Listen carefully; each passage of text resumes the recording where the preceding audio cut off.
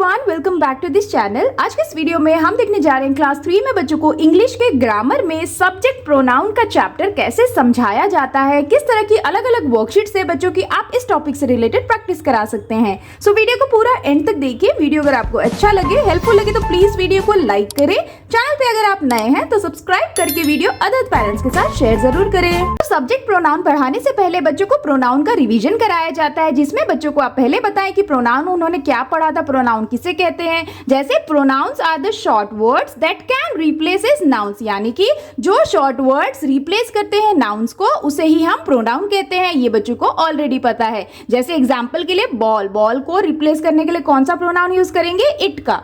उसी तरह से सीमा, सीमा गर्ल है तो इसके लिए हम यूज करेंगे शी प्रोनाउन का। तो ये बच्चों को ऑलरेडी पता होता है। अब बात करेंगे कि सब्जेक्ट प्रोनाउन एक टाइप ऑफ प्रोनाउन है जो बच्चों को समझना है। तो इसका डेफिनेशन क्या होता है, subject pronoun is used in the place of the noun that is the subject, यानी कि समवन और something that is doing an action of a sentence. बच्चों को बोले कि सब्जेक्ट प्रोनाउन हम किसे कहते हैं, तो किसी भी सेंटेंस में ना जो उस सेंटेंस का सब्जेक्ट होता है उसको रिप्लेस करने के लिए जिस प्रोनाउन का हम यूज करते हैं उसे ही सब्जेक्ट प्रोनाउन कहते हैं। यानी कि जो नाउन है, जो एक सेंटेंस हो गया उसमें जो नाउन है ना जो कि सब्जेक्ट होता है उस सेंटेंस में, तो उस सेंटेंस को जो रिप्लेस करेगा वो प्रोनाउन हमारा सब्जेक्ट प्रोनाउन कहलाएगा। जैसे कि एग्जाम्पल के थ्रू देखिए, रिया इज रीडिंग अ बुक। तो रिया इज रीडिंग अ बुक में यहाँ पे सब्जेक्ट क्या है, कौन एक्शन कर रहा है, रिया एक्शन कर रही है क्योंकि वो बुक पढ़ रही है। तो रिया हमारा क्या हो गया, सब्जेक्ट हो गया। तो सब्जेक्ट को रिप्लेस करने के लिए हम कौन सा प्रोनाउन यूज करेंगे, शी का, क्योंकि रिया एक गर्ल है तो गर्ल के लिए हम यूज करते हैं शी। तो हम लिख सकते हैं she is reading a book. तो हमें यहाँ पे ध्यान रखना है कि सब्जेक्ट कौन सा है किसी भी सेंटेंस में। जैसे रिया एक्शन कर रही है यानी कि रिया द्वारा एक्शन हो रहा है, इसीलिए ये रिया हो गया सब्जेक्ट प्रोनाउन जिसको हमने शी प्रोनाउन से रिप्लेस किया है। तो इसमें बच्चों को एक इंपॉर्टेंट चीज याद रखना है कि subject pronoun always comes before a verb. बच्चों को याद रखना है कि कभी भी जो सब्जेक्ट प्रोनाउन होता है ना वो वर्ब से पहले यूज किया जाता है। जैसे देखिए, रिया इज रीडिंग अ बुक में वर्ब क्या है, रीडिंग हमारा वर्ब हो गया है ना। तो इससे पहले कौन सा नाउन आया है, रिया, यानी कि रिया हमारा सब्जेक्ट हो गया, इसीलिए रिया की जगह पे हमने सब्जेक्ट प्रोनाउन का यूज किया है। तो ये बच्चों को आप जरूर याद रखने के लिए कहें। बच्चों को बताया जाता है कि सिंगुलर सब्जेक्ट प्रोनाउन होता है और एक होता है प्लूरल सब्जेक्ट प्रोनाउन, यानी कि सब्जेक्ट प्रोनाउन को भी दो तरीके से बांटा गया है, सिंगुलर और प्लूरल वे में। तो सिंगुलर सब्जेक्ट प्रोनाउन कौन कौन से होते हैं, आई यानी कि जब आप अपने बारे में बात कर रहे हो तो उसको रिप्लेस करने के लिए हम आई सिंगुलर प्रोनाउन का यूज करेंगे। यानी कि अगर आप सिर्फ अपने बारे में, सिंगल पर्सन के बारे में बात हो रहा है जिसमें आप इंक्लूड हैं, तो वो आई से आप रिप्लेस करेंगे। जबकि अगर आप एक से ज्यादा है या अपने आप को इंक्लूड करके एक से ज्यादा की बात कर रहे हैं तो वहां पे प्लूरल सब्जेक्ट प्रोनाउन वी का यूज होगा।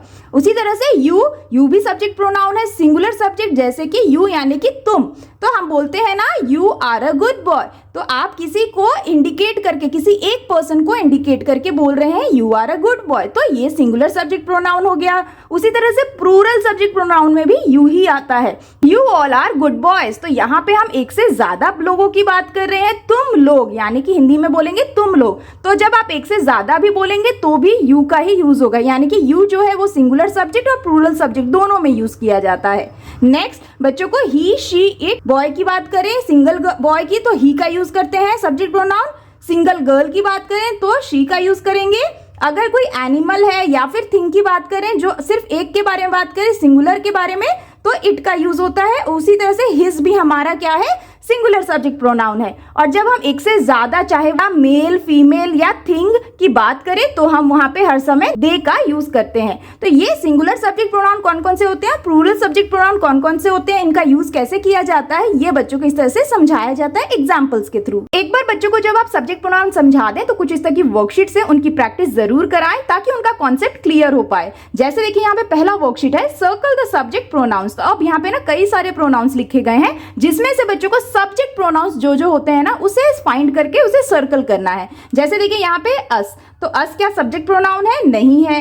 दे सब्जेक्ट प्रोनाउन है क्योंकि हम एक से ज्यादा, यानी कि प्लूरल सब्जेक्ट प्रोनाउन है ये, तो ये भी सब्जेक्ट प्रोनाउन हो गया, सर्कल करेंगे। शी सब्जेक्ट प्रोनाउन है। यू क्या है, यू भी सब्जेक्ट प्रोनाउन है जो कि सिंगुलर और प्लूरल दोनों के लिए यूज होता है। हर सब्जेक्ट प्रोनाउन नहीं है, ही सब्जेक्ट प्रोनाउन है तो सर्कल करेंगे। इट भी सर्कल करेंगे क्योंकि ये सब्जेक्ट प्रोनाउन है। मी सब्जेक्ट प्रोनाउन नहीं है, वी क्या है, प्लूरल सब्जेक्ट प्रोनाउन है, तो ये भी सब्जेक्ट प्रोनाउन हुआ। आई हम अपने लिए यूज करते हैं, तो ये भी सब्जेक्ट प्रोनाउन हो गया।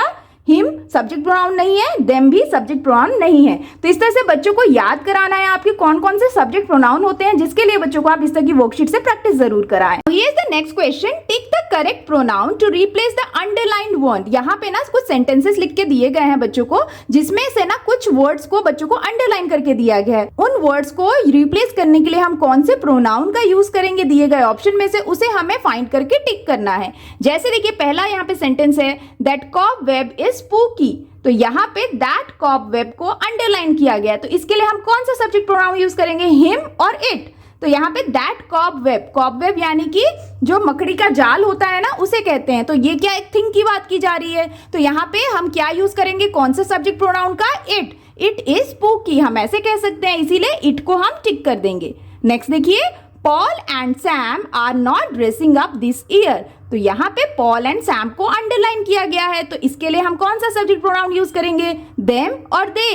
तो पॉल एंड सैम, यहाँ पे हम किसी और की बात कर रहे हैं, तो और वो भी एक से ज्यादा है, तो हम प्लूरल प्रोनाउन यानी प्लूरल सब्जेक्ट प्रोनाउन का यूज करेंगे। तो they is a subject pronoun जो कि प्लूरल है, तो हम कह सकते हैं they are not dressing this year, इस तरह से। नेक्स्ट देखिए, Daisy does not have a costume either. यहाँ पे दिया है ऑप्शन सी और हर, तो डेजी को अंडरलाइन किया है, तो डेजी क्या है, गर्ल है, तो गर्ल के लिए हम कौन सा सब्जेक्ट प्रोनाउन यूज करते हैं, शी का, तो हम शी को टिक कर देंगे।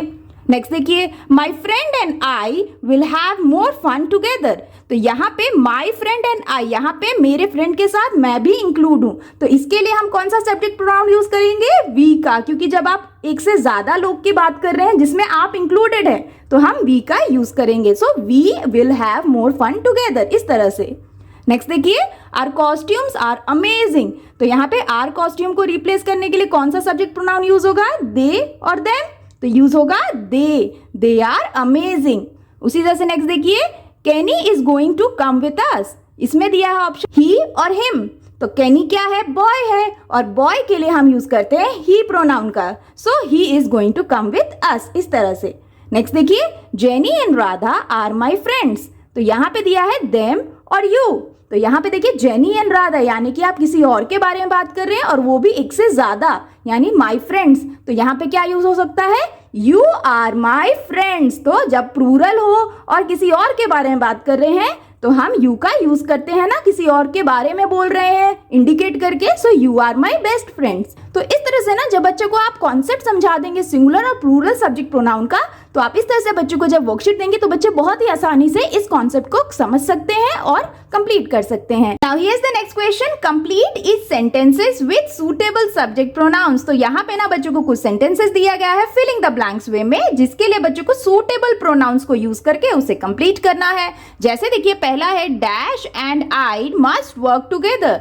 तो यहाँ पे हम कौन सा सब्जेक्ट प्रोनाउन यूज करेंगे, तो यहाँ पे देखिए हम यहाँ पे इंक्लूडेड है, इस सेंटेंस में ना हमारे बारे में भी बात किया जा रहा है, तो यहाँ पे क्या यूज होगा, you and I must work together. तो इसमें मैं किसी और एक सिंगल पर्सन को इंडिकेट करके कह रही हूँ कि तुम्हें और मुझे साथ में काम करना चाहिए, तो यहाँ पे क्या यूज होगा, यू का, तो हम यहाँ लिखेंगे you and I must work together.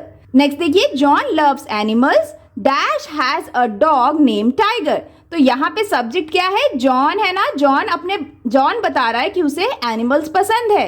Dash has a dog name tiger, उसके पास एक डॉग है जिसका नाम टाइगर है, तो यहाँ पे जॉन के लिए हम क्या यूज करेंगे, ही प्रोनाउन का, सो ही यहाँ लिखेंगे। नेक्स्ट देखिए, yesterday I met a girl and dash was very nice. So yesterday I met a girl.